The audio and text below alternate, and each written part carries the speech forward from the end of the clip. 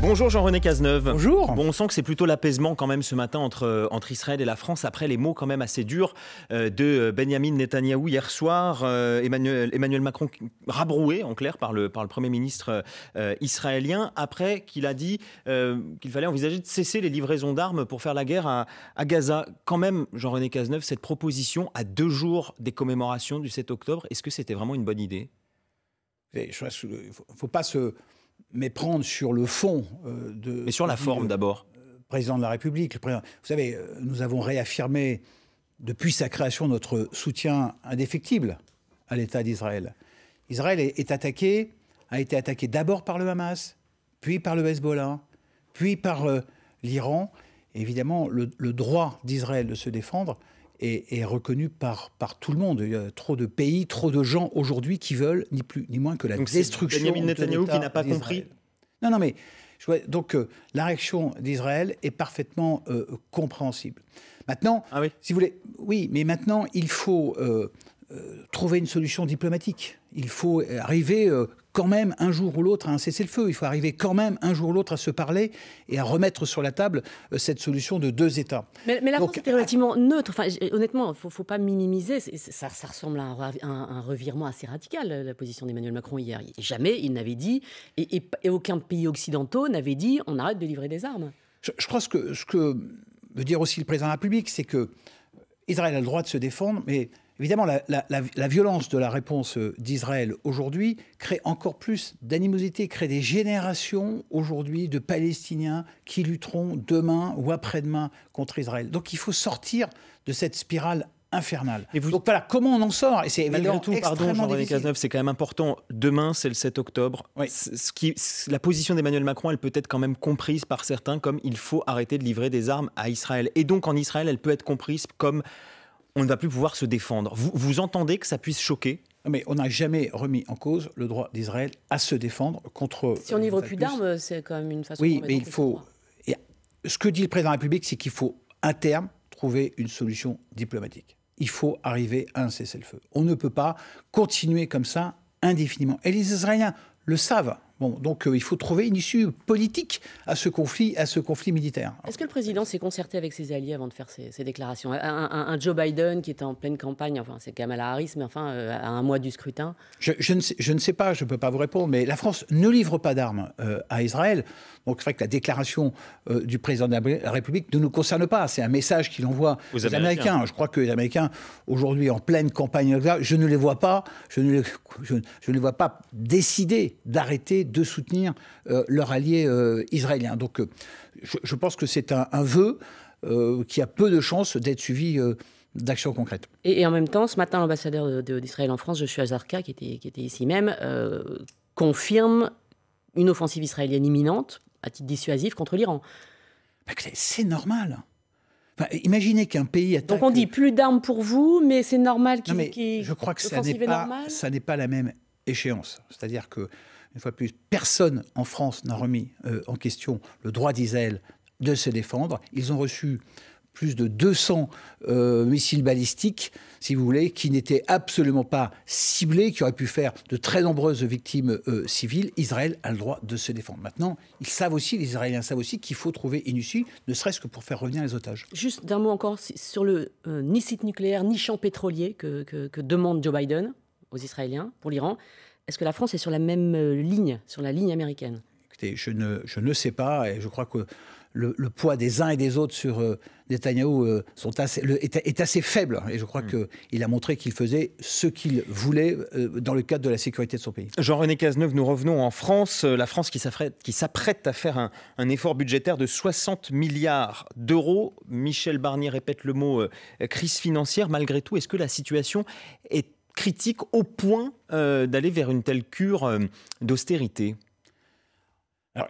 Oui, la situation est grave, incontestablement. Pourquoi elle est grave ? Parce que nous avons traversé un nombre de crises sans commune mesure par rapport aux anciennes périodes. Nous avons eu évidemment la crise des Gilets jaunes, la crise du Covid, la crise de l'Ukraine. Et hélas, on a aussi depuis maintenant une bonne année un ralentissement de la croissance en Europe et dans le monde.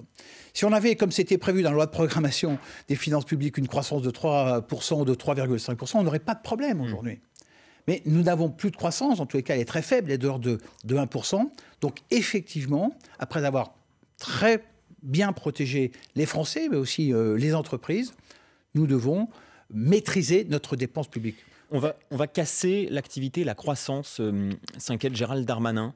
Vous comprenez son inquiétude? Non, mais il a raison. C'est-à-dire qu'il faut trouver donc vous partagez son inquiétude, mais vous n'êtes pas tout à fait d'accord. Je suis un homme de nuance. C'est vrai que c'est un peu compliqué en politique, et mieux vaut être d'un côté ou de l'autre. Mais il faut trouver ce juste équilibre entre maîtriser notre trajectoire pour baisser notre dette. Pourquoi on baisse notre dette? Ce n'est pas pour faire plaisir à un tel ou un tel. On baisse notre dette parce que plus notre dette est importante, plus les intérêts de la dette sont importants, et plus ça pèse sur nos finances publiques et ça nous enlève des marges de manœuvre pour financer la transition écologique, d'autres conséquences d'aléas climatiques. Donc il faut trouver cet équilibre à quelle vitesse on réduit notre déficit et quel impact ça peut avoir si effectivement on augmente les impôts ou si on réduit la dépense. Ça a aussi un impact sur la croissance. Donc tout ça, c'est un sujet de réglage. Mais le constat, beaucoup le font. Vous vous souvenez de ce qu'on disait au moment du plan d'austérité en Grèce en 2010, ça va relancer l'activité. Or, même le chef économiste du FMI, Olivier Blanchard, dit que ça n'a pas marché. En 2010, ça a été un peu l'effet inverse. C'est à la sortie du Covid, on n'a pas freiné brutalement les dépenses. Il y a eu le plan de relance, parce que justement, on avait ça en tête. Mais là, on y va. 60 milliards, dont 40 milliards de coupes. Il faut, hélas, parce qu'aujourd'hui, on a un déficit qui va être supérieur à 6%, donc on est atypique par rapport vraiment à nos voisins européens. Donc oui, il faut prendre des mesures difficiles, mais il faut le faire là où ça va le moins impacter la croissance. Comment on en est arrivé là? Vous convenez qu'il y a eu des erreurs de prévision de la part du gouvernement? Quand vous dites 6, ça a démarré à 4,1, ça a été à 4,4, ça a été 4,7, ça a été 5,1% du PIB. Il y a en tous les cas un modèle de prévision à revoir. C'est vrai. Donc la mauvaise surprise, vous savez, c'est... Il n'y a pas de mensonge. En décembre... Non, il n'y a pas de mensonge. Non, il n'y a pas de mensonge. À revoir, c'est intéressant. La première mauvaise nouvelle, c'était en décembre de l'année dernière. J'étais rapporteur général du budget.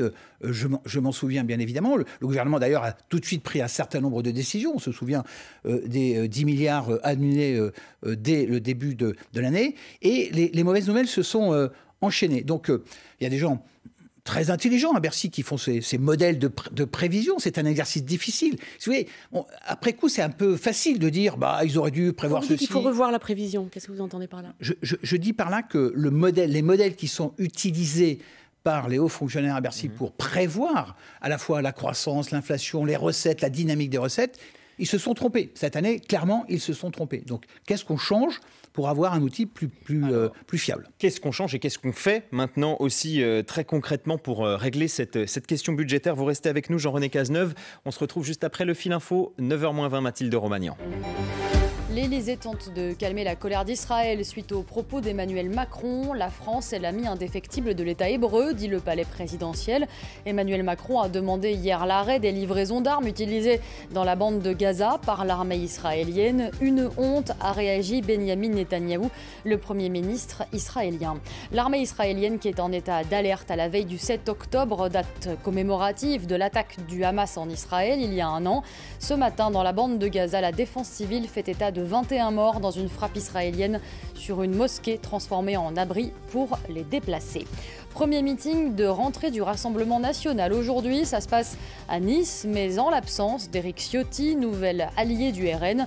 Marine Le Pen puis Jordan Bardella doivent s'exprimer devant leurs militants 3 mois après la déception des législatives. Monaco prend provisoirement la tête du classement de Ligue 1 de football après sa victoire face à Rennes hier soir, 2-1. Aujourd'hui, 5 matchs à prévoir pour cette 7e journée, dont Nice-Paris, c'est à 20h45. France Info. Le 8-30 France Info, Bérangère Bonte, Adrien Beck.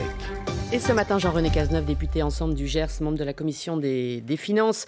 Michel Barnier présentera donc jeudi le budget, la réindexation des retraites sur l'inflation, qui on le sait déjà, qui est repoussée de 6 mois. Ça concerne 13 millions de personnes. On va essayer d'être concret. Les retraites sont trop élevées en France aujourd'hui? Non, elles ne sont pas trop élevées. C'est le résultat de toute une vie. Si on estime qu'on peut reporter la hausse, c'est qu'il y a de la marge. Retraites. Oui, pourquoi? Parce que nous avons augmenté, c'est la dépense la plus importante, 350 milliards d'euros chaque année. Nous avons augmenté les retraites de 5,3% le 1er janvier de cette année. Et nous avons aussi, dans le cadre de la réforme des retraites, augmenté les petites retraites d'environ un peu plus de 1 million de retraités. Donc oui, aujourd'hui...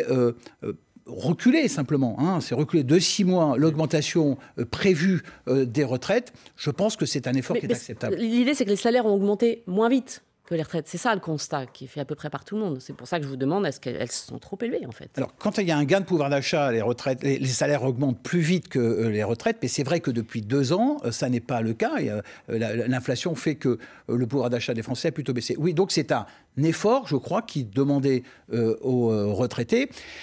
Même chose, le débat parlementaire va peut-être pouvoir permettre de moduler cet effort tel qu'il est proposé, peut-être en fonction du niveau des retraites. C'est faisable, ça? C'est faisable, oui, c'est faisable. Sur les baisses de dépenses, Jean-René Cazeneuve, alors c'est vrai qu'on connaît davantage pour l'instant plutôt les hausses d'impôts que les baisses de dépenses. Il y a les lois de programmation défense, justice, recherche. Elles prévoient des hausses de moyens sur 5 ans. Est-ce qu'on peut les toucher ? Même chose, il faut faire la politique, c'est choisir. Et la raison pour laquelle on veut aussi baisser nos dépenses, c'est qu'on veut se créer de nouvelles marges de manœuvre. C'est extrêmement important. Il faut que les... J'entends, mais on a du mal à voir où se trouver les marges de manœuvre. Et surtout, on a des engagements sur 5 ans. C'est un moment, il faut une ligne. Nous n'avons quasi plus de marge de manœuvre. C'est la raison pourquoi il faut baisser nos dépenses. Donc, il faut faire des choix. Il faut faire des choix. Quels sont les choix clairs aujourd'hui du gouvernement Barnier et de la majorité relative? Sur la santé, par exemple, il y a des baisses de dépenses envisageables ou on n'y touche pas?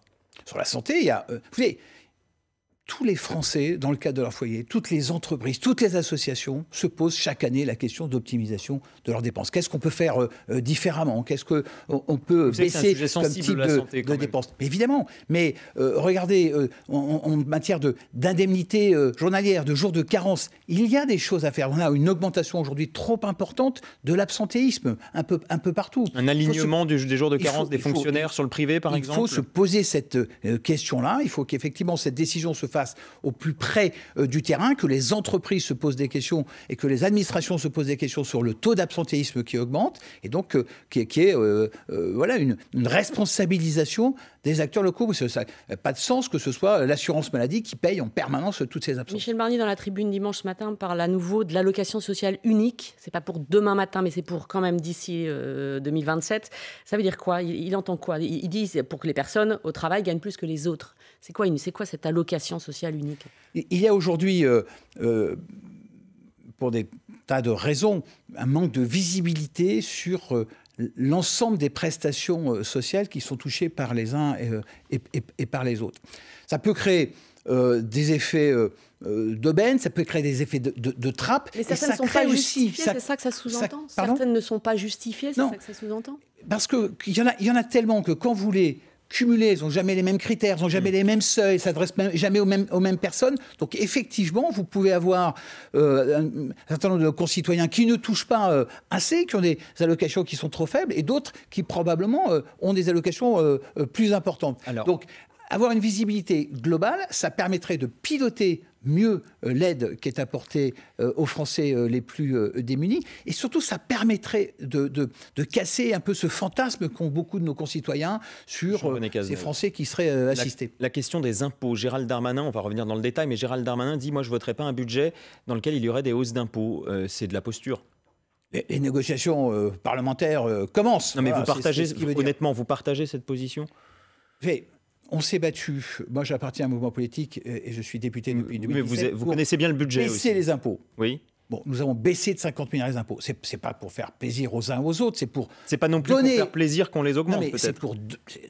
Ça n'est pas avec plaisir que nous les augmentons, effectivement, si nous devons les augmenter. Donc, on a baissé les impôts pour les particuliers. C'est du pouvoir d'achat qu'on a redonné aux Français. Nous avons baissé les impôts pour les entreprises. Ça a relancé notre économie. Ça a permis de faire baisser et surtout, est-ce que vous allez le voter, si c'est ça? Puisque votre doctrine est assez claire, là. Maintenant...